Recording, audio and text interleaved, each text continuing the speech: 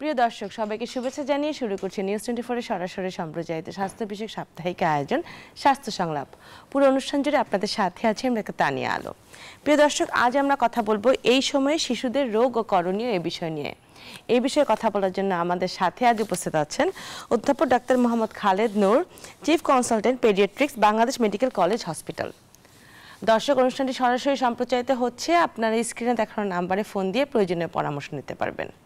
আসসালামু আলাইকুম, কেমন আছেন? আলহামদুলিল্লাহ, ভালো আছি স্যার। আপনাকে অনেক ধন্যবাদ আমাদের এই সকালে আমাদের সাথে জয়েন করার জন্য। আমরা আপনার কাছে অনেক কিছু জানার চেষ্টা করব।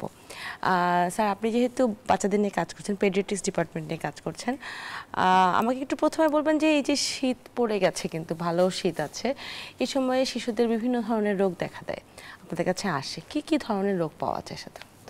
এই সময়টাতে দেখা যাচ্ছে যে ভাইরাস সংক্রান্ত যে জ্বরগুলো, নাক দিয়ে পানি, নাকটা বন্ধ হয়ে যাওয়া, কাশি এবং থেকে থেকে পাতলা পায়খানা হওয়া।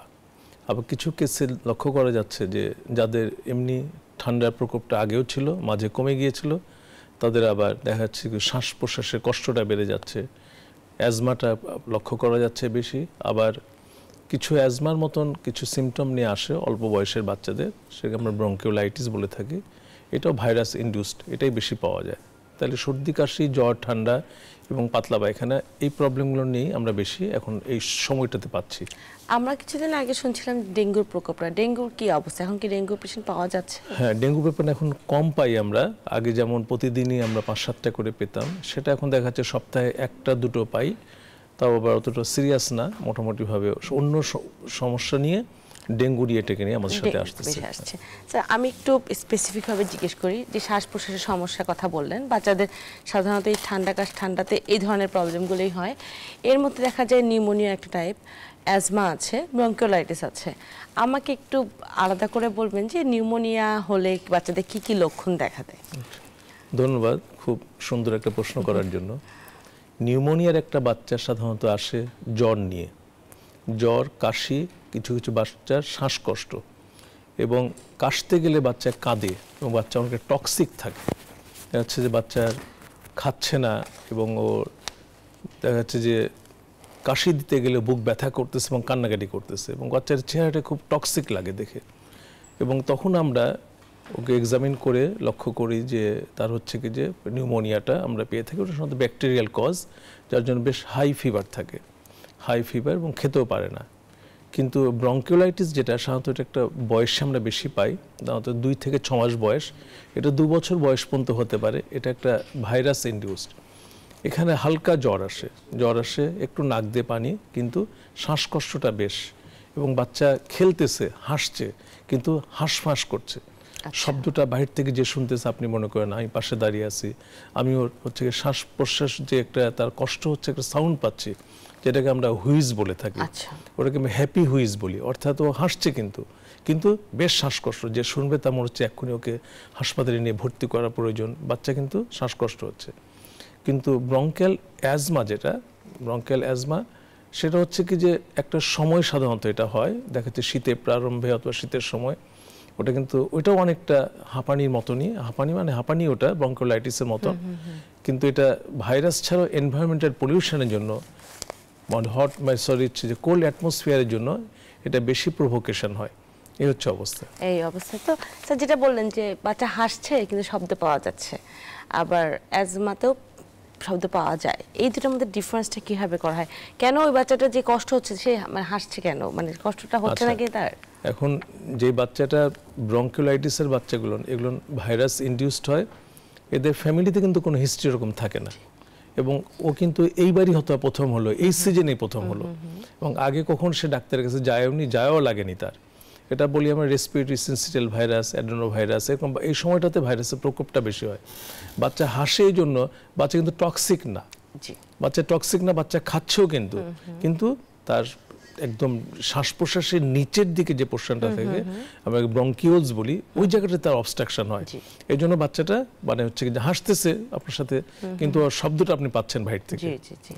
আর অ্যাজমার ক্ষেত্রে? আচ্ছা, অ্যাজমার ক্ষেত্রে হলো যে এটা সিজনাল, ছাড়াও অন্য সময়টা পাওয়া যায়, একটা ফ্যামিলি হিস্ট্রি থাকে, দেখা যাচ্ছে ওই অ্যাটোপি স্কিনের মধ্যে দেখা যাচ্ছে কি তার এক্সিমা পাওয়া যাচ্ছে, এবং এই বাচ্চাটা আপনার হচ্ছে কি যে পুরো অবস্থাতেই আগের থেকেই ডাক্তারের কাছে যেত, ওষুধ খেত এবং অথবা ইনহেলার ব্যবহার করত, সাময়িকভাবে কমে যেত, ভালো থাকতো, আবার এই সিজনটা আসলে দেখা যাচ্ছে প্রভোকেশন হয় কোল্ড অ্যাটমসফিয়ারের জন্য, ডাস্টের জন্য, তখন এটা বেড়ে যাচ্ছে। ওকে, তো কিন্তু নিউমোনিয়া বাচ্চাতে এক্ষেত্রে আলাদা হচ্ছে নিউমোনিয়া, সেক্ষেত্রে বাচ্চাদের একটা ব্যাকটেরিয়া ইনফেকশন হয়, জ্বর হয়, জ্বরের হিস্ট্রি থাকে। আমরা জানি নিউমোনিয়া টাইপ থাকে, এটা বাসা খুব মানে আমরা যখন কোনো পেশেন্ট বাচ্চার নিউমোনিয়া হয় সেটা কিন্তু খুব কষ্টাস্তি দেখা হয়। তো এই বিষয়টা বলবেন যে নিউমোনিয়াটা এত সিভিয়ার কেন হয়? যেটা হচ্ছে কি যে নিউমোনিয়া সাধারণত ব্রঙ্কোনিউমোনিয়া এবং ব্রঙ্কিওলাইটিসের সাথে আমাদের একটু ডিফারেন্সিয়েট করতে হয়। তো ব্রঙ্কোনিউমোনিয়াটা যে কোনো বয়সে হতে পারে, কিন্তু ব্রঙ্কিওলাইটিসটা সাধারণত 2 থেকে 6 মাস, ম্যাক্সিমাম 2 বছর বয়স পর্যন্ত যায়। ব্রঙ্কিওলাইটিসটা ভাইরাস ইনডিউসড, আর ব্রঙ্কোনিউমোনিয়া যেটা হলো ব্যাকটেরিয়াল ইনডিউসড। যেটা হয় হলো যে বাচ্চার একটা রেসপিরেটরি রেট, এটা আমরা লক্ষ্য করে থাকি 1 বছর বয়সের বাচ্চার একটা রেসপিরেটরি রেট ওর কাটিং পয়েন্ট হলো আপনার হচ্ছে কি যে 6 মাস 1 বছর বয়স পর্যন্ত আমরা 40 যদি থেকে থাকি আমরা হচ্ছে কি 40 অ্যান্ড অ্যাবাভ, আর 2 মাস পর্যন্ত আমরা সাধারণত 60 অ্যান্ড অ্যাবাভ, আর 2 মাস থেকে 1 বছরের মধ্যে 50 অ্যান্ড অ্যাবাভ। এইভাবে রেসপিরেটরি রেটটা যদি কাম অ্যান্ড কোয়াইট অবস্থাতে বাচ্চা ঘুমাচ্ছে, রেস্ট নিচ্ছে, যদি আমরা কাউন্ট করতে পারি তাহলে বোঝা যাবে যদি এই সময়ের মধ্যে, এই বয়সের মধ্যে ও রেসপিরেটরি রেটটা যদি বেশি হয় তাহলে বুঝে নিই আমরা নিউমোনিয়া। সাথে আরও জিনিস আমরা যে ডাক্তার সাহেব যিনি আছেন উনি পরীক্ষা করে দেখতে পারবেন, যে হচ্ছে কি তার আমরা রঙ্কাই পেয়ে থাকি, অনেক সময় ক্যাপিটেশন পেয়ে থাকি, এবং এক্সরেও করে আমরা বিভিন্ন ধরনের সাউন্ড পাওয়া যায় বডির মধ্যে, স্টেথো বসায় লক্ষ্য করা যায়, এবং এটা ক্লিনিক্যালি ওটাকে অ্যাসেসমেন্ট করতে হয়। কিন্তু ব্রঙ্কিওলাইটিসে দেখা যাচ্ছে যে আমরা কিছুই তেমন পাই না, শুধু ওই হুইসটা পাই আর একটু স্টেথো লাগালে একটু সামান্য সাউন্ড পাই, কিন্তু অন্য যে টক্সিকনেস যেটা রেলস বলে থাকে, ক্যাপিটেশন বলে থাকে, এটা আবার হচ্ছে ব্রঙ্কিওলাইটিসের বাচ্চাদের বেলা পাওয়া যায় না। একটা বাচ্চার যদি এই ধরনের কমপ্লিকেশনগুলো হয় ঠান্ডা কাশি চেস্টের জন্য, সেক্ষেত্রে বাবা মা তো আমাদের আপনাদের কাছে আসে মাঝে মাঝে একটু সিভিয়ার করে। এখন যেহেতু সব বাবা মাই খুব মানে প্রযুক্তির কল্যাণে সব কিছু জানে দেখে দেখা যায় তারা সব কিছু জেনে আপনাদের কাছে আসছে, কিন্তু এরপরেও একটু লেট হয়ে যায়। তো নিউমোনিয়ার ক্ষেত্রে লেট হলে কী কী কমপ্লিকেশন হতে পারে, বা অন্যান্য শ্বাস প্রশ্বাসের ক্ষেত্রে লেট হলে কোনো কমপ্লিকেশন হতে পারে কিনা? আচ্ছা, যেটা হলো নিউমোনিয়ার জন্য যে কমপ্লিকেশনস হয় সেটা হচ্ছে কি যে লাং অ্যাবসেস হয়ে যেতে পারে, ফুসফুসে পানি আসতে পারে, ওকে আমরা বলি প্লুরাল ইফিউশন, আর বলি হচ্ছে কি যে লাং অ্যাবসেস। এছাড়াও নিউমোনিয়া থেকে আরও স্প্রেড করতে পারে বডির বিভিন্ন জায়গায়, যেমন ব্রেনে যেতে পারে, মেনিনজাইটিস নিয়ে আসতে পারে, হার্টের মধ্যে যদি ব্যাকটেরিয়া পুরো বডিতে সে ছড়িয়ে যায়, ব্রেনের মধ্যে মেনিনজাইটিস, হার্টের মধ্যে গিয়ে দেখা যাচ্ছে পেরিকার্ডিয়াল ইফিউশন, যে হার্টে যে পর্দা থাকে পর্দার মধ্যে ইনফেকশন হয়। এছাড়াও হার্টের মধ্যে অ্যাজ এ হোল প্রতিটি লেয়ারের মধ্যে ইনফেকশন করতে পারে, যেমন এন্ডোকার্টাইটিস, মায়োকার্টাইটিস আমরা বলে থাকি। তাছাড়াও এখান থেকে ফুসফুস থেকে আরও চলে যেতে পারে হলো কিডনিতে যেতে পারে, জয়েন্টে যেতে পারে, so spreading through the whole body যেহেতু ব্যাকটেরিয়া ইনফেকশনস। কিন্তু ব্রঙ্কিওলাইটিসটা দেখা যাচ্ছে যে ও মানে ওই রিজনেই থাকে, কিন্তু ওখান থেকে অনেক সময় হার্ট ফেলিওর একটু যেতে পারে। এই তখন হয়ে যায় যে প্রবলেমটা বোঝাপড়া কঠিন হয়ে যায়, এবং ডাক্তার যদি না দেখে বুঝতে পারবে। আচ্ছা, এটাই একটু লেট, মাঝে মাঝে লেট হয়ে যায়, যদিও সবাই নিয়ে আসে বাচ্চার ক্ষেত্রে, সবাই দেখা যায় খুব সাবধানে থাকে, তবুও মাঝে মাঝে লেট হয়ে যেতে পারে, লেট করাটা ঠিক না। কি কি পরীক্ষা নিরীক্ষা লাগে সাধারণত এই যে ডিফারেন্সিয়েশনগুলো যদি করতে হয়? কি কি, একটা হচ্ছে ক্লিনিক্যাল হিস্ট্রি আমরা জানি, বাচ্চাকে এক্সামিনেশনও জানি, এছাড়া কি কোনো পরীক্ষা নিরীক্ষা লাগে কিনা? পরীক্ষা নিরীক্ষা যেটা লাগে হলো খুব সিম্পল পরীক্ষা, আমরা একটা যে ব্লাড টেস্ট যদি করি, কমপ্লিট ব্লাড কাউন্ট, ওখানে হলো নিউমোনিয়ার কিছু ফিচার্স পাওয়া যায়, যেহেতু ব্যাকটেরিয়াল ইনফেকশন, কিছু ব্যাকটেরিয়াল ইনফেকশনের জন্য ব্লাডে কিছু চেঞ্জ আসে, আর একটা এক্সরে করলে দ্যাটস এনাফ। এই দুটো করলেই মোটামুটিভাবে বোঝা যায় যে কি নিউমোনিয়া না কিছু ব্রঙ্কিওলাইটিস। আর এমনি হচ্ছে কি যে ব্রঙ্কিওলাইটিসের কেসে আমরা সাধারণত একটা এক্সরে করলে অন্য ব্লাড টেস্ট লাগে না, যদিও ভাইরাসটাকে যে আইসোলেট করা যায় রেসপিরেটরি সেন্সর, কিন্তু আমাদের দেশে এটা বেশিরভাগ ক্ষেত্রে আমরা করা প্রয়োজন মনে করি না। ক্লিনিক্যালি বাচ্চা ইমপ্রুভ হয়ে যায়, আমরা নেবুলাইজেশন করি, করে দেখা যাচ্ছে কি যে বাচ্চা ইমপ্রুভমেন্ট করে যায়, এবং আর্লি যদি তার ট্রিটমেন্টটা করা যায় তাহলে অন্য কোনো কমপ্লিকেশনস ইউজুয়ালি সাধারণত যায় না। সেক্ষেত্রে ট্রিটমেন্টের প্ল্যানটা কিভাবে করা হয়? দেখা যায় অনেক বাচ্চাকে একসাথেই অনেকগুলো বাবা মা বাচ্চা নিয়ে আসলো, কাউকে অ্যাডমিশন দেওয়া হচ্ছে, কারো বাসাতেই চলে যাচ্ছেন, তো ক্রাইটেরিয়াগুলো কি অ্যাডমিসিবল? অ্যাডমিসিবল কিছু ক্রাইটেরিয়া হলো নাম্বার 1, যদি হাই ফিভার হয়ে থাকে, বাচ্চা খুব টক্সিক, খাচ্ছে না, বাচ্চার রেসপিরেটরি রেটটা খুব ফাস্ট এবং তার বুকের যে পাঁজরটা এটা ভিতর দিকে যে ঢুকে যাচ্ছে, সিভিয়ার নিউমোনিয়া বলে থাকি। তো সিভিয়ার নিউমোনিয়া কয়েকটা টাইপ আছে, আবার নো নিউমোনিয়া, দেখা যাচ্ছে pneumonia, severe pneumonia. Severe pneumonia কেসে আমরা অ্যাডমিসিবল কেস, এটা হচ্ছে ভর্তি করতে হবে, নাহলে বাচ্চা আরও খারাপ হয়ে যাবে, বাচ্চা পরবর্তী ইভেন মারাও যেতে পারে। কিন্তু ব্রঙ্কিওলাইটিসে যেটা দেখি যে মা সোজাই চলে আসে, বাচ্চা এমনভাবে হাঁসফাঁস করছে যে শব্দ হচ্ছে তার শ্বাস প্রশ্বাস কষ্ট, ওটাকে বলি আমরা হুইজ, দূর থেকে শব্দটা পাওয়া যাবে। এটা কোনো অবস্থাতে ওকে আর হচ্ছে কি বাসায় রাখবে না এবং সোজা নিয়ে চলে আসবে, যেহেতু ব্রঙ্কিওলাইটিসের কেস যদি আরও বেশি লেট করে আসে ওখানে হার্ট ফেলিওরে চলে যেতে পারে।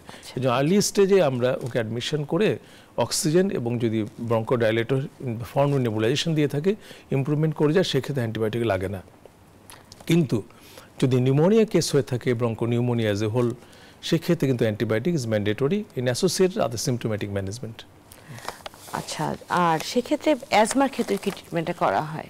আচ্ছা, অ্যাজমার জন্য যেটা করা হয় সেটা হলো যে আমরা নেবুলাইজেশন, অ্যাজমাকে অ্যাসেসমেন্ট করার রাইট ওয়ে হলো ওকে নেবুলাইজেশন করা বাসাতেই করে, আমরা 15 মিনিটস ইন্টারভেল পরপর আমরা 3 বার ওকে নেবুলাইজ করে বাসায়, এটা বলেও দিই আমরা সবাই। এবং দেখা যাচ্ছে অন্য কোনো ডাক্তারের তার একটা প্রেসক্রিপশন নিয়ে আসতে পারে, সেক্ষেত্রে স্ট্যাটাস অ্যাজমাটিকাস একটা বলে, ওটা খুব একটা টার্ম, সেটা হলো খুব সিভিয়ার হয়ে গেলে আমরা হসপিটালে অ্যাডমিশন করে সেক্ষেত্রে অক্সিজেন সাপ্লিমেন্টেশন দিই এবং যেহেতু খেতে পারে না আইভি ফ্লুইড দিই। নেবুলাইজেশন তো আছে, এর সাথে আমরা স্টেরয়েড পর্যন্ত দিয়ে থাকি, স্টেরয়েড দিয়ে অ্যাকিউটভাবে তাকে রিলিভ করা হয়। মোরওভার অনেক সময় এরা কনকোভিডেন্টলি ইনফেকশন অ্যাসোসিয়েটেড থাকতে পারে, আমরা অ্যান্টিবায়োটিকও কাভারেজ দিয়ে রাখি। এই যে কিছু ওষুধ দেওয়া হয়, আমি একটু অন্যদিকে কোশ্চেনটা করছি, যে একটা বাচ্চা আপনার কাছে আসলো একটা নিউমোনিয়া ট্রিটমেন্ট, যে কোনো একটা ট্রিটমেন্টে আপনি করলেন বা অ্যাজমার জন্য একটা স্টেরয়েড দিয়ে দিলেন, বাচ্চাটা ভালো হয়ে গেল, ঠিক 6 মাস পরে 1 বছর পরে সেম প্রবলেমই তার দেখা দিতে পারে, বাট নর্মাল যারা নন মেডিকেল পার্সন তারা কিন্তু বুঝতে পারে না নিউমোনিয়া না ব্রঙ্কিওলাইটিস নাকি অ্যাজমা। তো তারা করে কি ওই প্রেসক্রিপশনটা দেখিয়ে আবার ওষুধটা দিয়ে ফেলে বাচ্চা দেখে, যেমন এক্ষেত্রে বলেন স্টেরয়েডের কথা, যে স্টেরয়েড দিলে কিন্তু ড্রামাটিক্যাল চেঞ্জ হয়, বাট সব ক্ষেত্রে স্টেরয়েড দেওয়া যায় না। তো সেক্ষেত্রে বাচ্চার কি ক্ষতি হতে পারে, যে একটা আগের প্রেসক্রিপশন দেখে পরের ওষুধ দিলে কি ধরনের ক্ষতি হতে পারে? দেখা যাচ্ছে যে বাচ্চাটা স্টেরয়েড লাগলো না, আননেসেসারি একটা স্টেরয়েড দিয়ে দিল। স্টেরয়েড একটা ড্রাগসের কিছু কমপ্লিকেশনস আছে, যেমন ওদের স্টেরয়েডের অংশ অবিসিটি করে দেয়, স্টেরয়েডে আপনার হচ্ছে কি যে গ্রোথ রিটার্ডেশন করে, ব্লাড সুগার লেভেলটা বাড়িয়ে দেয়, কিছু ইলেকট্রোলাইট অ্যাবনর্মালিটি হয়ে থাকে। এগুলো ড্রাগ দেখাচ্ছে যে আননেসেসারি, ঠিক লাগলো না, ওই সময় হয়তো ডাক্তার দিয়েছিল তার অ্যাকিউট স্টেজে, কিন্তু বাচ্চার আম্মা না বুঝেই দেখা যাচ্ছে এটা দিয়ে দিল, অন্য কোনো কমপ্লিকেশনস বিল্ড আপ করে যেতে পারে। যার জন্য এটা আমাদের সাজেশন যে এরকম কোনো অ্যাজমাটিক কিছু থাকলে এটা বেটার ডাক্তার সাহেবের সাথে কথা বলে তার অনুযায়ী প্রেসক্রিপশনটা ফলো করা, ওষুধের দোকানে গিয়ে ওই প্রেসক্রিপশন দেখে যেতে ওষুধ না নিয়ে আসে, সেক্ষেত্রে চান্স থাকে। এই যে আমাদের ওয়েদারে এখন প্রচুর ডাস্ট চলছে, অ্যাজমার বাচ্চা যারা অ্যালার্জির বাচ্চা, তাদের কি অ্যাজমা হওয়ার চান্স থাকে কিনা? হ্যাঁ, এটা হচ্ছে কি যে এই সিজনটাতে এনভায়রনমেন্টাল পলিউশন কিন্তু ওয়ান অফ দ্য কজ অ্যাজমার জন্য। যেমন কিছু ড্রাগ ইনডিউসড আছে, কোল্ড অ্যাটমসফিয়ার আছে, অ্যালার্জেন্স, বিশেষ করে ধুলাবালি, এটা কিন্তু প্রভোকেট করে। যার জন্য এই সময়টাতে আমরা সাজেশনস দিয়ে থাকি, এবং যদি রিকারেন্টলি তার রেসপিরেটরি ইনফেকশন হয়ে থাকে অনেক সময় ইনহেলার আমরা ইউজ করতে বলি। সেটা হচ্ছে কি যে বিভিন্ন ধরনের ইনহেলার আছে, সেটা ডাক্তার তার প্রেসক্রিপশন করেই ইনহেলারটি ইউজ করবে, এবং সাথে ও কিছু প্রোটেকশন নেবে, মাস্ক পরতে বলি আমরা, আর হচ্ছে কি যে ঠান্ডা যেন অ্যাভয়েড করে থাকে, ঠান্ডা যেন না খায়। আর কিছু জিনিস হচ্ছে কি যে কিছু ভ্যাকসিন আছে, আমরা ভ্যাকসিনগুলো তাকে দিতে পারি, বিশেষ করে এই সময়টাতে ভাইরাস যেটা হচ্ছে ইনফ্লুয়েঞ্জা, ফ্লু ভাইরাস কিন্তু অ্যাজমাটাকে প্রভোকেট করে। যার জন্য আমরা ফ্লু ভাইরাসটার যে ভ্যাকসিন ওটা দিতে বলি। মোরওভার এর সাথে সাথে আবার নিউমোনিয়া যেন না হয়ে যায়, নিউমোনিয়ার ভ্যাকসিনও আমরা দেওয়ার জন্য সাজেশন দিয়ে থাকি। কোন বয়সে দেয়া যায় এই ভ্যাকসিনগুলো? কি যে কোনো বয়স, যে কোনো বাচ্চাদেরকে দেয়া যায়? মানে সেটা হচ্ছে কি যে যদি আপনি ফ্লু ভাইরাসের যে ভ্যাকসিনটা 6 মাস বয়সের পরে আমরা শুরু দিই, 6 মাস বয়সের পরে 1 মান্থ ইন্টারভ্যালে আমরা 2টা ডোজ দিই, তারপরে প্রতি বছর একটা করে দিয়ে থাকি। আর নিউমোনিয়ার যে ভ্যাকসিনটা সাধারণত গভর্নমেন্ট দেয় আমাদের, এটা ছাড়াও গভর্নমেন্টের পরবর্তী পর্যায়ে 2 বছর বয়সের পর থেকে আমরা নিউমোভ্যাক্স নামে পাওয়া যায়, নিউমোকক্কাল ব্যাকটেরিয়াটাকে কভার করে, ওর জন্য আমরা নিউমোনিয়া ভ্যাকসিন দিতে পারি। অনেকে একটু চিন্তা করে যে ভ্যাকসিনগুলো দিলে কাজ হবে কি হবে না, বা ঠান্ডা বাচ্চার কোনো এই মুহূর্তে ঠান্ডা কাশি আছে, এই সময় ভ্যাকসিনটা দিলে তার এটা কি এক্সার্ট করে কিনা? না, অ্যাকচুয়ালি এটা তো দিতে হয় প্রোটেকশন, যাতে আগামীবার যেন আপনার না হয়, আপনি সাফার না করেন। এখন তার ইনফেকশনটাকে পুরো ট্রিটমেন্টটা করে দেওয়ার পর যখন ও পুরোপুরি ভালো হয়ে গেল, তখন আপনি ভ্যাকসিনটা দিলেন, যাতে পরবর্তী পর্যায়ে বাচ্চাটা এই আবার একইভাবে যেন অ্যাটাক না হয়ে থাকে। সেক্ষেত্রে অবশ্যই মনে হয় সবাইকে দেওয়া উচিত। আর একটা জিনিস হচ্ছে, এই যে আমরা যেটা বলছিলাম যে একটা বাচ্চার অ্যালার্জি অনেক দিন ধরে দেখা যায়, যেটা অ্যালার্জির কারণে কোল্ড অ্যালার্জি থাকে, তার কি ভবিষ্যতে যদি চিকিৎসা না নেয় বা অন্য ফ্যামিলির কারণে অ্যাজমা হওয়ার চান্স থাকে কিনা? হ্যাঁ, এটা হচ্ছে কি যে আমরা সাধারণত যদি যে বাচ্চাটা মোর অ্যালার্জি প্রন যদি থাকে, ফ্যামিলি হিস্ট্রি যদি অ্যাটোপি থাকে, অ্যাটোপি বলি আমরা, তাহলে সে সমস্ত বাচ্চাদের ভবিষ্যতে অ্যাজমা হওয়ার চান্স থাকে। এবং আমরা ওই ক্ষেত্রে প্রিভেনশন স্বরূপ কিন্তু 2টো ড্রাগস ইউজুয়ালি দিয়ে থাকি। একটা মন্টিলুকাস গ্রুপের একটা ড্রাগস দিয়ে থাকি, আমরা কিটোটিফেন গ্রুপসের ড্রাগ দিয়ে থাকি, যাতে বাচ্চা অল্প মানে ঠান্ডার মধ্যে অথবা অল্প ধুলাতে ওর বডিতে যেন এই সমস্ত শ্বাস প্রশ্বাসের কষ্ট না হয়ে থাকে। কিন্তু যদি দেখা যাচ্ছে কি যে ফ্যামিলিতে হিস্ট্রি আছে এবং তার ট্রিটমেন্ট প্রপারলি নিচ্ছে না, পরিপূর্ণভাবে সে প্রোটেকশন নিচ্ছে না, ভ্যাকসিন দিচ্ছে না, তাহলে কিন্তু এই বাচ্চার ইন ফিউচারে অ্যাজমা হয়ে যাওয়ার সম্ভাবনা থাকে। কোনো ধরনের এই যে ট্রিটমেন্টগুলো, যে মডিউলগুলো বললেন যে এগুলো করে থাকেন, এরপরে চান্স থাকে, কিন্তু যদি করা হয় এরপরেও কি অ্যাজমা হওয়ার চান্স থাকে কিনা? মানে কোনো কারণে, যে জেনেটিকের কারণে অ্যাজমা তার হবে? হ্যাঁ, জেনেটিক্যালি অ্যাজমা হবে, এটা কথা ঠিকই। তো যতটুকু পারা যায় যে প্রোটেকশন দিয়ে এবং আর্লি যদি করা যায়, আমরা কিছু ইনহেলার আছে, ইনহেলারগুলো যদি আমরা রাইট টাইমে শুরু করতে পারি, তাহলে দেখা যাচ্ছে ওর প্রকোপটা কমে যায়। মানে কিন্তু অ্যাজমাটা হলো কিন্তু সিভিয়ারিটির দিকে গেল না, সিভিয়ারিটিটা কম হতে পারে। আবার অনেক বাচ্চা আছে যারা অ্যালার্জিক, যে ট্রিটমেন্টটা করলে একসময় বলা হয় যে না, তার অ্যালার্জি প্রবলেমটা নেই, অ্যাজমা থাকবে না, বা ছোটবেলায় বাচ্চাদের অ্যাজমা ছিল, বড় হয়ে ভালো হয়ে যায়। এই প্রকোপটা কেমন আছে? আচ্ছা, এটা কিন্তু পাওয়া যায়, দেখা যাচ্ছে যেই বাচ্চার আর্লি স্টেজে তার অ্যাজমার প্রকোপটা পাওয়া যাচ্ছে, অ্যাজমা হয়েও গেছে এবং অ্যাজমার ট্রিটমেন্টও তার চলেছে, দেখা যায় এই সমস্ত বাচ্চা at the age of 6 to 7 years, maximum 10 years এই পর্যন্ত কিন্তু একটু ও সমস্যা করলেও পরবর্তী পর্যায়ে কিন্তু এগুলো আর 60 to 70% কেসে আর কিন্তু ভালোই হয়ে যায়। ওরা 20 to 30% কেসে সেটা আবার পরবর্তী পর্যায়ে আসতে পারে। তো আর্লি অ্যাজমা যেগুলো আছে, আর্লি চাইল্ডহুড অ্যাজমাগুলো, এগুলো ম্যাক্সিমামই ভালো হয়ে যায়। আর্লি চাইল্ডহুড একদম ভালো হয়ে যায়। সেক্ষেত্রে অবশ্যই মনে হয় ট্রিটমেন্টটা প্ল্যান করে আমাদেরকে দিতে হবে এবং বাচ্চাকে সেইভাবেই এনভায়রনমেন্টে রাখতে হবে, ঠান্ডাতে না লাগে, সবকিছু করতে হবে। এই সময় যে বলেছেন যে পেটের সমস্যা, ডায়রিয়া হতে পারে, লুজ মোশন হতে পারে, ঠান্ডার সাথে লুজ মোশনের রিলেশনটা কি? ঠান্ডার সাথে লুজ মোশনের রিলেশন হলো যে কিছু ভাইরাস আছে, যেগুলো ভাইরাস দেখা যাচ্ছে কি যে সর্দি কাশি জ্বর করে, আবার এগুলো আবার নরম পায়খানাও করে। এবং এই শীতের সময় এটা বেশি লক্ষ্য করে যায়, হঠাৎ বাচ্চা ভালো ছিল, কোনো সমস্যা নাই, এবং এই সিজনে আমরা পাচ্ছিও তাই, অনেক হঠাৎ করে বাচ্চা বমি নিয়ে আসলো, তা আমরা সময় দেখি কি কোনো ফুড পয়জনিং হলো কিনা, দেখি যে না, কিছুই না, তার নাক দিয়ে পানি পড়তেছে, হাঁচি কাশি হচ্ছে, হঠাৎ করে তার নরম পায়খানা বমি শুরু হয়ে গেলো। এটা ইউজুয়ালি এই সময়টাতে, শীতের সময় লক্ষ্য করা যায়। তো আমরা বলি যে এটা এমন কিছু না, এটা জাস্ট হচ্ছে কি যে আমরা খাবার স্যালাইন যদি খাওয়াই, ওকে যদি একটু সাবধানভাবে রাখি, ভাইরাসটা বডিতে ওয়াশ হয়ে যাবে এবং আস্তে আস্তে পায়খানাটাও ভালো হয়ে যাবে। জি, আমরা আরো কিছু কথা বলবো এটা বিরতির পর এসে। ফিরতে ছোট্ট একটি বিরতির পর স্বাস্থ্য সংলাপের সাথেই থাকুন। বিরতির পর আবারও স্বাগত জানাচ্ছি স্বাস্থ্য সংলাপে। আজ আমরা কথা বলছি এই সময়ে শিশুদের রোগ ও করণীয়। আমাদের সাথে আছেন অধ্যাপক ডাক্তার মোহাম্মদ খালেদ নূর। স্যার, বিরতিতে যাবার আগে কিন্তু আমরা রেসপিরেটরি ট্র্যাক্ট সম্পর্কে জানলাম, এই শীতে কী কী ধরনের রোগ হতে পারে। স্কিনেরও কিন্তু অনেক ধরনের প্রবলেম হয় এই শীতে এবং হোল দ্য ইয়ার। তো স্কিনে কী কী ধরনের প্রবলেম হয় একটু বলবেন? এই সিজনটাতে আমরা বেশি যেটা লক্ষ্য করি সেটা হচ্ছে কি যে স্ক্যাবিজ বলে একটা মানে ব্যাকটেরিয়া দ্বারা হয়, সার্কোপ্রিস স্ক্যাবি। এটাতে হচ্ছে কি যে এটা বাংলায় চুলকানি, সোজা কথা বলে, হ্যাঁ, মানে খোসপাচড়া চুলকানি রোগ বলে। এটা খুব বেশি এই সময়টাতে পাওয়া যায়। এটার কারণ হলো যে এমনি সেই সময় স্কিনটা একটু ড্রাই থাকে, আর হলো একটু মানুষ গোসল কম করে, পরিষ্কার পরিচ্ছন্ন কাপড় পরে থাকে যেগুলো ধয় টয় কম, আর দেখা যাচ্ছে কি যে অনেক সময় একটু ওভার ক্রাউডেড প্লেসেও এটা থ্রুআউট দ্য হোল ইয়ার এটা থাকে ওভার ক্রাউডেড প্লেসে, কিন্তু এই সময়টা প্রকোপটা বেশি লক্ষ্য করা যায়, যেহেতু স্কিনটা ড্রাই থাকে, চুলকানো টেনে মানুষ আসে। এছাড়াও দেখা যাচ্ছে কি যে ফাঙ্গাল ইনফেকশনটাও এই সময়টাতে বেশি পাওয়া যায়। ফাঙ্গাল ইনফেকশন এবং এই যে স্ক্যাবিস, এই দুটোই আমাদের দেশের বাচ্চাদের প্রকোপটা হয় খুব বেশি।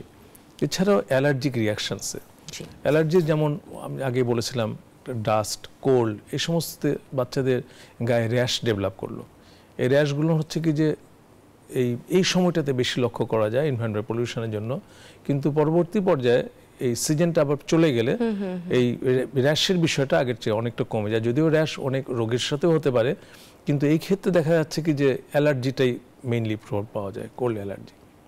আমরা একটু আপনার কাছে এই যে স্ক্যাবিস সম্পর্কে জানতে চাচ্ছিলাম যে স্ক্যাবিসের প্রকোপটা কেন জানি মনে হচ্ছে একটু বেশি, অথবা যেটা বলেন যে ওভার ক্রাউডেড যারা বোর্ডিংয়ে থাকে যেসব বাচ্চারা, এই ধরনের বাচ্চাদেরকে বা একসাথে অনেকেই থাকে, তার সেক্ষেত্রে এটা হতে পারে অনেক বাচ্চারা তাদের সাপোর্টেড কারো পার্সনের কাছে থাকে, তার কাছ থেকে ছড়িয়ে যেতে পারে। এই বিষয়ে একটু জানতে চাচ্ছিলাম।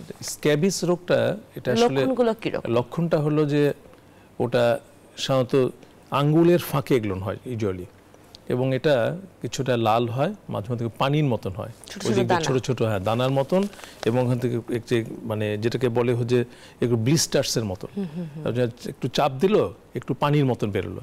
আচ্ছা, এবং এটা বেশ চুলকায়, শুধু এটা ফিঙ্গার ডিজিট নয়, এটা অ্যাবডোমেনের নাভির কাছে হতে পারে। এছাড়াও আমাদের ইনগুইনাল যে রিজনটা আছে এই জায়গাগুলো হয়ে থাকে, যেগুলো ভাঁজগুলোর মধ্যে, ওই যে বগলের নিচে হয়ে থাকে, এরকম এই সমস্ত। এখন এটা খুব সংক্রামক একটা ব্যাধি। ইনফ্যাক্ট স্যার, আমরা একটা দর্শকের ফোন নিয়ে আসি আগে। দর্শক, আপনার পরিচয় দিয়ে প্রশ্নটি করুন। জি, আসসালামু আলাইকুম। জি, আসসালামু আলাইকুম। হ্যালো, আমি আবুল খায়ের শাহী। দর্শক, আপনার পরিচয় দিয়ে প্রশ্নটি করুন। জি, আমি আবুল খায়ের শাহী। জি, গাইবান্ধা থেকে বলছি। জি, আমার নাতি, ওর হলো 2 বছর বয়স। ও খাওয়া দাওয়া সব ঠিক আছে, খেলাধুলা করে, কিন্তু ওই যখনই আক্রান্ত হয় তখন কাশিটা হলো ঠাস ঠাস করে কাশে। এই কাশিটাই আর একটু নাক দিয়ে পানি পড়ে, এর জন্য কাশিটা শব্দ হয়, ঠাস ঠাস শব্দ হয়। আর এর জন্য কি কি পরীক্ষা নিরীক্ষা করতে হবে এবং কি ট্রিটমেন্ট করব কি? এটা কি বছরে কোন কোন সময়ে হয় এই কাশিটা? এই শীতকালে বেশি হয় এবং গরম থেকেও হয়, যখন গরমে গা ঘেমে যায় তখন হয়। এর আগে কোনো ওষুধ খাইয়েছিলেন? জি, ওই খেয়েছিল, অ্যামবক্স খেয়েছিল। অ্যামবক্স খেয়েছিল। কোনো প্রশ্ন আছে? বুকে কোনো শব্দ হয়? শব্দ তেমন না, শুধু কাশিটা আছে আর কি। জ্বর আছে কিনা? জ্বর কি হয় এই সময়? জ্বর নাই। নাক দিয়ে পানি পড়ে? নাক দিয়ে পানি পড়ে। কাশটা কিন্তু মানে খুবই জটিল মনে হয়। আচ্ছা, সেক্ষেত্রে ধন্যবাদ দর্শক আপনার প্রশ্নের জন্য। আচ্ছা, এই ক্ষেত্রে যেটা লক্ষ্য করা যাচ্ছে যে বাচ্চার জ্বর কিছুটা থাকলেও অল্প হয়তো বা জ্বর, কাশিটা, কিন্তু এই কাশি যদি 2 সপ্তাহে বেশি যদি কাশিটা পারসিস্ট করে, তাহলে কিন্তু আমাদের একটা চেস্ট এক্সরে করা প্রয়োজন এবং ব্লাড টেস্ট করা প্রয়োজন। কিন্তু সাধারণত এগুলো কাশির জন্য আমরা ইউজুয়ালি যেটা বললাম, আপনি অ্যামব্রক্স খাওয়াচ্ছেন অথবা ব্রঙ্কোডাইলেটর আমরা দিয়ে থাকি। যদি অ্যালার্জিক ইনডিউসড হয়ে থাকে, আমরা সেই ক্ষেত্রে কিটোটিফেন ড্রাগস ব্যবহার করে থাকি। এবং বাচ্চাকে ডাস্ট থেকে একটু সরিয়ে রাখা, ঘর বাড়িতে যদি আপনার ধুলা প্রকোপটা বেশি থাকে, ওকে সরিয়ে রাখা, এবং ঘর যদি বাসে যায় ঝাড়ু দেওয়া হয়, এগুলো ওই সময় থেকে বাচ্চাটাকে অন্য ঘরে রাখা। এবং ওই যে কাপড় চোপড় যেগুলো পরে, সাধারণত দেখা যাচ্ছে যে এগুলো বাইরে রোদে রেখে শুকিয়ে নিয়ে তাকে পরানো, ডাইরেক্ট আলমারি থেকে অথবা ট্রাঙ্ক থেকে কাপড় তাকে না পরানোটাই তার জন্য ভালো। আর যেটা বলেন যে অ্যামব্রক্স সিরাপ, এটা কমন একটা সিরাপ, বাট এটা তো হচ্ছে কি যদি এক্সিট কিছু থাকে, এটা হলো এটা 2 রকম। একটা হচ্ছে কি যদি প্রোডাক্টিভ কফে, প্রোডাক্টিভ কফে সাধারণত আমরা অ্যামব্রক্সটা দিয়ে থাকি, যদি কিছু বের হয়, কিছু বের হয়। আদারওয়াইজ যদি মনে করেন এই ড্রাই কফে, সাধারণত আমরা ওটা দিই না। ড্রাই কফে আমরা মিরাটেন জাতীয় ওষুধ আছে, ওটা আমরা সাধারণত দিয়ে থাকি। আর এমনি যদি দেখা যাচ্ছে কাশিটা 2 সপ্তাহ বেশি পারসিস্ট করে, তাকে ব্লাড টেস্ট করা প্রয়োজন এবং হলো তার বুকের এক্সরে করে ওটাকে অ্যাসেসমেন্ট করা দরকার যে কাশিটা অন্য কারণে হচ্ছে কিনা। জি, আমরা ছিলাম স্যার স্কিন ডিজিজে, যেটা হচ্ছে স্ক্যাবিস। তো এই বিষয়ে এটা হচ্ছে বিভিন্ন শরীরে বিভিন্ন ভাঁজে, আঙ্গুলের বিভিন্ন এখানে, এবং বলেছিলেন যে ব্লিস্টার ছোট ছোট দানার মতো হয়, পানি বের হয়। তো সেক্ষেত্রে এটা কি ছোঁয়াচে রোগ নাকি? এটা এবং সাংঘাতিক ইচিং হয়, আচ্ছা, খুবই চুলকায়। এটা হলো বোঝার উদ্দেশ্য যে মানে এটা চুলকায়, এবং একই বিছনা যদিও ঘুমায়, জি, ওর মায়ের হয়ে যেতে পারে যদি মায়ের না থাকে, অথবা মায়ের থাকলে বাচ্চার কাছে চলে আসবে। এবং এটা দেখা যাচ্ছে যে বোর্ডিং স্কুলগুলো বাচ্চাগুলো যখন ওখানে থাকে বেশি লক্ষ্য করা যায়, এবং ওরা যখন বাসায় আসলে এটা আবার ছড়িয়ে যায়, অন্যান্য ভাই বোন অথবা প্যারেন্টসের কাছে চলে যায়। এই জিনিসটা, এই চুলকানোটা খুবই একটা হচ্ছে কি যে মানে ডিস্ট্রেসিং। ইনফ্যাক্ট হঠাৎ করে এমন চুলকাচ্ছে, রাতের বেলা এটা বেশি চুলকায়, এই ক্ষেত্রে আমাদের যেটা করণীয় হয়, একটা ওষুধ আছে আমরা ব্যবহার করে থাকি, একটা ড্রাগস, ওটা আপনার হচ্ছে কি যে এই লটটি স্কিম পাওয়া যায়, অথবা হচ্ছে কি যে ইউনিক সি লোশনস পাওয়া যায়, এগুলো নিয়ম মতন ব্যবহার করতে হয়। সেটা হলো গলার থেকে পা পর্যন্ত পুরা জায়গায়, পুরা শরীরে লাগাতে হবে, এবং যেই পার্সন এই রোগে আক্রান্ত, মনে করেন ফাদারের আছে, মাদারের নাই, অথবা দেখা যাচ্ছে কি যে বাচ্চার আছে, অন্য কারোর নাই, সবাইকে অ্যাট এ টাইম, যাদের নাই তারাও ব্যবহার করবে। আচ্ছা, এবং সবাই মিলে এটা ব্যবহার করে, ফুল পরিবার। তখন ওই যিনি বাচ্চার আম্মা অথবা বাবা ওই একই বিছনায় ঘুমাচ্ছে, তার হয়ে যেতে পারে, ওই চাদর থেকে হয়ে যেতে পারে, অথবা ক্যাথায় ব্যবহার করছে হয়ে যেতে পারে, যার জন্য সবাই অ্যাট এ টাইম ব্যবহার করবে। এবং পরপর সাধারণত আমরা 2 থেকে 3 দিন দিতে বলি, এবং যে রাত্রে কাপড়গুলো পরেছিল, যে চাদরে ঘুমিয়েছিল, সব কিছু অ্যাট এ টাইম গরম পানিতে ধুয়ে দিতে বলি। এটা টোটাল যদি ভালো করে টোটাল যদি এটা অ্যাজ এ হোল ইরাডিকেট করতে না পারা যায়, তাহলে দেখা যাচ্ছে এটা আবার হয়ে যাবে। দর্শক আছেন আমাদের সাথে একজন। দর্শক, আপনার পরিচয় দিয়ে প্রশ্নটি করুন। আসসালামু আলাইকুম। ওয়ালাইকুম সালাম। জি, আমি গাজীপুর থেকে বলছি। আমার বাচ্চার বয়স 19 মাস। জি। সে সিজারে হওয়ার পর সে গরুর দুধ খাচ্ছে। তারপরে মা দুটি এক মাস খেতে পারছে, তারপরে পাচ্ছে না, সে তারপরে যদি একটু খাওয়া 1 বছরের পর। দর্শক একটু জোরে বলবেন, আমি কথা বুঝতে পারছি না। মানে বাচ্চার বয়স 1.5 বছর। জি। মানে 1 বছর বয়সে সে গরুর দুধ খাচ্ছে। হ্যাঁ, মানে গরুর ফিটার সে খাচ্ছে, এবং হওয়ার পর থেকে সে ফিটারে খাচ্ছে, লেকচার ফিটারে খাচ্ছে। এটা কোনো সমস্যা আছে? বাচ্চা 1.5 বছর 19 মাস গরুর দুধ খাওয়াচ্ছে, পাতলা পায়খানা হচ্ছে। আচ্ছা, আগে হতো না। এবং হওয়ার পর থেকে সে ফিটার খাচ্ছে, হওয়ার পর থেকে। আচ্ছা, কতদিন থেকে এই লুজ মোশনটা হচ্ছে, পাতলা পায়খানাটা হচ্ছে? এটা গত 2-3 মাস থেকে হচ্ছে। তার মানে দেখা যাচ্ছে হচ্ছে, আবার বন্ধ হচ্ছে, মানে আবার গরুর দুধটাকে বন্ধ করার পরে রয়ে গেছে, বন্ধ করেছেন? হ্যাঁ, গরুর দুধ বন্ধ করলে আবার ভালো হয়। এটা ওই সময় খাওয়ানোর পরে আবার গরুর দুধটা বন্ধ করে দিলে। অন্য কোনো দুধ ট্রাই করেছেন নাকি শুধু গরুর দুধই হচ্ছে? না, এর আগে তো সে 1 বছর পর্যন্ত লেকটুজেন খাইছে, মানে অন্য দুধ খাইছে 1 বছর পর্যন্ত। সমস্যা হয়নি, শুধু গরুর দুধে হচ্ছে? হ্যাঁ হ্যাঁ। আচ্ছা, আসলে প্রথম থেকে আপনার বাচ্চাকে একটু ভুল হয়েছে, সেটা হচ্ছে বুকের দুধ দেওয়া দরকার ছিল, অথবা যে কোনো কারণে পায়নি, সেটা যেহেতু বাচ্চা প্রথম। প্রশ্ন আছে আর? আচ্ছা, বাচ্চার এই আপনার হচ্ছে গরুর দুধ খাওয়ালে তা পাতলা পায়খানা হয়, অন্য কোনো দুধে সমস্যা হচ্ছে? অন্য কোনো দুধে তার প্রবলেম না, গরুর দুধ সে খাইতেছে 1 বছর পর থেকে খাইতেছে, হঠাৎ করে গত 3 মাস যাবত। হঠাৎ করে সমস্যা? আচ্ছা, 1 বছর পর থেকে গরুর দুধ সে খায়? হ্যাঁ, 1 বছর পর থেকে। আচ্ছা, ঠিক আছে, সেটা হলো যে ধন্যবাদ প্রশ্নের জন্য। আচ্ছা, যেটা হচ্ছে কি যে গরুর দুধে অনেক সময় কাউজ মিল্ক প্রোটিন অ্যালার্জি বলি আমরা। দেখা যাচ্ছে যে ওই গরুর দুধের যে প্রোটিনটা থাকে, এটা হলো এই প্রোটিনে বাচ্চা অ্যালার্জি থাকার কারণে অনেক সময় বাচ্চার গায়ে র্যাশ আসে এবং নরম পায়খানা হয়। এবং আমরা যেটা লক্ষ্য করতেছি যে আপনি বাচ্চা গরুর দুধ খাওয়ালে যেটা হচ্ছে, আমার মনে হয় গরুর দুধটা বন্ধ করে দেন। আর যদি বাচ্চার আম্মার বুকের দুধ যদি আর দেওয়ার সুযোগ নাই হয়ে থাকে, তাহলে আপনি একটা ফর্মুলা ট্রাই করতে পারেন। সেক্ষেত্রে অনেক সময় বাজারে বিভিন্ন রকম ফর্মুলা পাওয়া যায়, সেটা দিতে পারেন। আর গরুর দুধ খাওয়ালে যদি তার পায়খানা হয়ে থাকে, আমার মনে হয় গরুর দুধ একেবারে আপনি বন্ধ করে দেন। এইটা কি পরে কখনো ট্রাই করতে পারবে সে, নাকি সবসময় সে? না, সেটা হচ্ছে ওটা হচ্ছে কি যে আবার 1-2 মাস হচ্ছে কি যে তাকে বন্ধ করে তার পেটটা পুরোপুরি ভালো হয়ে গেল, সেক্ষেত্রে পুনরায় আবার ট্রাই করে দেখতে পারে। তারপরে যদি প্রবলেম হয়, তাহলে গরুর দুধ একেবারেই তাকে বন্ধ করে দিতে হবে, একবারে বন্ধ করে দিতে হবে। আমরা স্যার আরো কিছু কথা বলবো বিরতির পর এসে। বিরতির পর আবারও স্বাগত জানাচ্ছি স্বাস্থ্য সংলাপে। আজ আমরা কথা বলছি এই সময় শিশুদের রোগ ও করণীয় এই বিষয় নিয়ে। আমাদের সাথে আছেন অধ্যাপক ডাক্তার মোহাম্মদ খালেদ নূর। স্যার, বিরতিতে যাবার আগে কিন্তু আমরা স্কিনের ডিজিজ সম্পর্কে জানাও। আমি আপনার কাছে একটু স্পেসিফিক কোশ্চেন করি যে এখন আমি প্রিটি শিওর যে আপনি যখন প্র্যাকটিস করেন তখন স্ক্যাবিস স্কিন ডিজিজ পেশেন্ট পাচ্ছেন, কিন্তু দেখা যায় যে কিছু পেশেন্টের স্কিন ডিজিজটা খুব কমপ্লিকেটেড ওয়েতে আপনার কাছে আসে এবং সেটা অনেক দিন ট্রিটমেন্টের পরে আসে, যেমন যেটা ভালো হয় না, ফ্লেয়ার আপ হয়ে যায় যেটাকে বলা হয়। এবং সেটা হচ্ছে আমি এর আগেও বলেছি যে স্টেরয়েড ইউজটা আমরা ইনভ্যারিয়েবলি করে ফেলে, আমাদের যারা জিপ প্র্যাকটিস করেন ডক্টররাও হয়তো বা না বুঝেই করে ফেলে বা ফার্মেসিতে গিয়ে কেনা হয়। এই যে স্টেরয়েডের ইউজটা স্কিনের ক্ষেত্রে এই বিষয়ে একটু বলবেন। স্টেরয়েড সাধারণত ইউজ করা হয় কিছু, যেমন এক্সিমাটার কন্ডিশনসগুলোর মধ্যে আমরা ইউজ করা হয়, কিন্তু স্ক্যাবিসে হচ্ছে কি যে স্টেরয়েড টোটালি একটা কন্ট্রাইন্ডিকেটেড জিনিস। যেমন এখানে একটা ব্যাকটেরিয়া দ্বারা হয়, ব্যাকটেরিয়া লোকালি ইনফেকশন করে এবং স্পেসিফিক ড্রাগস ইউজ করলে এটা সম্পূর্ণ ভালো হয়ে যায়।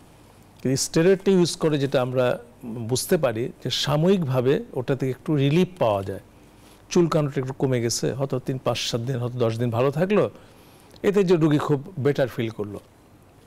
স্টেরয়েড কিন্তু স্ক্যাবিসে কোনো অবস্থায় কোনো চিকিৎসা নাই, এবং এখান থেকে দেখা যাচ্ছে যে স্টেরয়েডটা ইউজ করলে এটা ফ্লেয়ার আপ হয়ে যাচ্ছে, বাচ্চা পরবর্তী পর্যায়ে ভালো হচ্ছে না। এই জন্য আমার সাজেশনস হলো যে স্পেসিফিক্যালি স্ক্যাবিসের ট্রিটমেন্টটা সাধারণত যদি ইনফেকশন হয়ে থাকে আমরা পেনিসিলিন জাতীয় ওষুধ দিয়ে থাকি, এবং আমি যেটা আগে বললাম যে লকটিস গ্রুপের ওষুধ, হ্যাঁ, তো হচ্ছে কি যে ইউনিক্সি জাতীয় লোশনস, এগুলো আমরা ব্যবহার করে থাকি। তো এটা আমার সাজেশন যে স্টেরয়েডটা সাময়িক রিলিফ হলেও এটা কিন্তু পরবর্তী পর্যায়ে বাচ্চা ভালো হওয়ার ব্যাপারে কিন্তু খুব সমস্যা হয়ে যায় এবং এটা সহজে ভালো হতে চায় না। আরেকটা জিনিস দেখা যাচ্ছে যে ফাঙ্গাল ইনফেকশন থাকে, ফাঙ্গালের স্পেসিফিক ড্রাগস আছে, অ্যান্টিফাঙ্গাল ড্রাগস, ওটা সাধারণত দিলে ফাঙ্গাস ভালো হয়ে যায়, লোকালি দেওয়া যেতে পারে। অনেক সময় ওরাল ফর্মে অ্যান্টিফাঙ্গাল ওষুধ থাকে, কনকমিটেন্টলি স্ক্যাবিসের সাথেও ফাঙ্গাস থাকতে পারে। সেক্ষেত্রে যেন ভালো হচ্ছে কি যে স্কিন স্পেশালিস্টের সাথে দেখিয়ে ট্রিটমেন্টটা করাটা ভালো, কিন্তু অনলি স্ক্যাবিস যদি হয়ে থাকে সেখানে স্টেরয়েডের কিন্তু কোনো রোল নাই। আর হচ্ছে আমাদের এই যে যখন বাবা মা বাচ্চা টেক কেয়ার করেন তখন দেখা যায় এখন যেহেতু সবাই ওয়ার্কিং পিপল, বাচ্চা কোনো হেল্পিং হ্যান্ডের কাছে থাকে, তখন যখন বাবা মা মানে দিন শেষে কাজ শেষে ফেরত আসেন তখন বাচ্চাকে টেক কেয়ার করা মানে যতটুকু পারেন টাইমটা দিয়ে থাকেন। তো এই সময়ের মধ্যে দেখা যায় অনেকে তার বাচ্চাকে খাওয়া দাওয়ার বিষয়টা, যেটা আপনি রেগুলারলি হয়তো বা ফেস করেন, মা বা বাবা তাকে বাচ্চাকে একটু চিন্তা করে যে যতটুকু সময় পাচ্ছি জোর করে ভালো মন্দ কিছু খাইয়ে দিই, জোর করে কিছু খাইয়ে দেওয়া হয়। আবার সাথে সাথে দেখা যায় যে মোবাইল একটা স্ক্রিন সামনে দিয়ে তাকে খাইয়ে দেওয়া হয়, তো বাচ্চাটা ওভাবে হ্যাবিটেন্ট হয়ে যায়, পরে দেখা যায় কিছু কমপ্লিকেশন হয়ে আসে। এই জোর করে খাইয়ে দেওয়া, বাচ্চার ইচ্ছার বিরুদ্ধে বাচ্চাকে খাওয়ানো, এই বিষয়ে একটু বলবেন। আসলে একজনের যেটা হলো তার খিদা যদি না লাগে তাকে যতই ভালো খাবার খেতে দেন সে কিন্তু খেতে চাবে না। এটা একটা নিয়ম আছে হলো যে একটা বাচ্চাকে সাধারণত আমরা 3 to 4 আওয়ার্স ইন্টারভেল বাচ্চাকে ফুড অফার করে থাকি। এখন অল্প সময়ের মধ্যে এসে তার একটা তো হচ্ছে কি যে ক্যাপাসিটি থাকবে, তো যে ও খাবে, খাবারটা হজম করতে হবে, তারপর তার হলো ফার্দার অ্যাপেটাইটটা তার হচ্ছে কি যে আসবে, ক্ষুধাটা লাগবে, ক্ষুধা মন্দা। কিন্তু যে প্যারেন্টসরা যেটা করে অল্প সময়ের মধ্যে মানে হচ্ছে কি যে পছন্দ মতন খাবারগুলোকে জোর করে খাওয়ানোর ফলে যেটা লক্ষ্য করা যায় বাচ্চা বমি করে দেয় এবং বাচ্চাদের ক্ষুধার তার যে একটা খিদার যে কি জিনিস তা বুঝতেই পারে না, এবং দেখা যাচ্ছে যে এটা করার ফলে অনেক সময় অনেক বাচ্চা মোটা হয়ে যাচ্ছে, অবেজ হয়ে যায়, বসে থাকে।